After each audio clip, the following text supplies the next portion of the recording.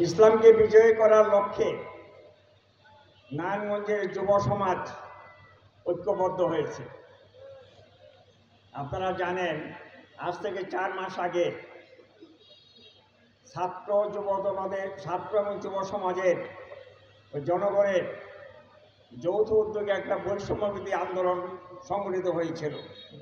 সেই আন্দোলনের ফলে এই 15 বছর, এই 20 বছর দেশে যে স্বৈরাচার ছিল, দেশে অন্যায় ছিল, অবিচার ছিল, জুলুম ছিল, নির্যাতন ছিল, চাঁদাবাজি ছিল, দখলদারি ছিল, সে সকল অন্যায় সহ অবিচার দূর হয়েছে।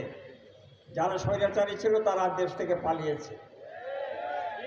এই সময় এই দেশের উন্নয়নের জন্য, এই দেশের কল্যাণের জন্য, এই দেশ থেকে সন্ত্রাসমুক্ত করার জন্য, এই দেশকে চাঁদাবাদ মুক্ত একটা সুন্দর দেশ করার জন্য, একটা সুন্দর নারায়ণগঞ্জ করার জন্য নারায়ণগঞ্জ যুব সমাজকে আহ্বান জানাই।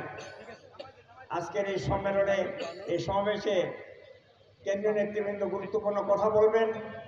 আমি সবাইকে আজকের এই সমাবেশের শেষ সময় পর্যন্ত অবস্থান করে এই সমাবেশে সাফল্যমণ্ডিত করার জন্য আহ্বান জানাই।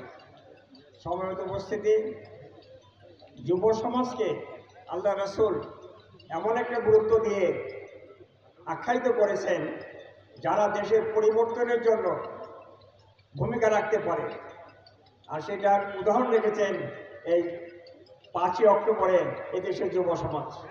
আল্লাহ আমাদের সবাইকে সুন্দর নারায়ণগঞ্জ গড়ে তোলার জন্য ঐক্যবদ্ধভাবে কাজ করার তৌফিক দান করুন। ওমা তৌফিক ইল্লা বিল্লাহ। আসসালামু আলাইকুম ওয়া রাহমাতুল্লাহ। আমরা মঈন ভাইয়ের সুন্দর বক্তব্যের জন্য আন্তরিক মোবারকবাদ জানাচ্ছি। সম্মানিত বন্ধুরা, আমাদের অনুষ্ঠান প্রায় শেষের দিকে। আজকের এই যুব সম্মেলনে এই পর্যায়ে বক্তব্য রাখার জন্য অনুরোধ করছি ইউথ ফোরাম নারায়ণগঞ্জের প্রধান উপদেষ্টা, বিশিষ্ট ছাত্রনেতা, ইসলামী ছাত্র শিবিরের সাবেক কেন্দ্রীয় সভাপতি, বাংলাদেশ জামায়াত ইসলামী কেন্দ্রীয় কর্মপরিষদের